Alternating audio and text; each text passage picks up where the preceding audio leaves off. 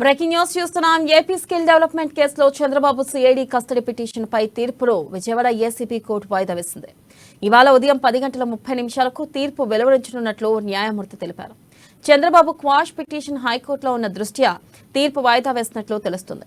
ఇవాళ హైకోర్టులో quash petition list అయితే తీర్పు వాయిదా వేస్తామని, క్వాష్ పిటిషన్ లిస్ట్ కాకపోతే తీర్పు వెలువరిస్తామని న్యాయమూర్తి వెల్లడించారు.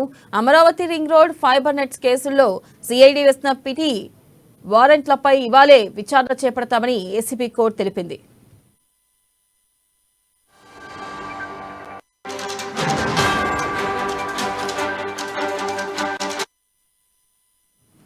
ఇక ఏపీ స్కిల్ స్కామ్ లో నిధుల వినియోగంలో అక్రమాలు జరిగాయనే కేసులో మాజీ సీఎం చంద్రబాబును విచారించేందుకు పోలీస్ కస్టడీకి ఇవ్వాల్సిన అవసరం లేదని ఆయన తరపున సీనియర్ న్యాయవాదులు బుధవారం వాదించారు.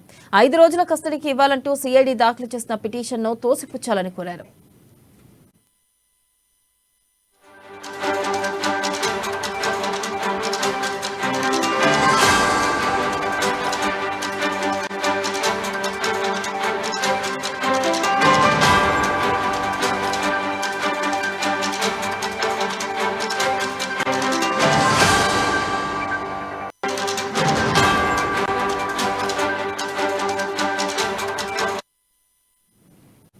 సిఐడి తరపున అదనపు ఏజీ పొన్నవోలు సుధాకర్ రెడ్డి, ప్రత్యేక పీపీ వివేకానంద వాదనలు వినిపించారు. ఇక అరెస్ట్ అనంతరం పూర్తి స్థాయిలో విచారించడానికి తగిన సమయం లేదన్నారు.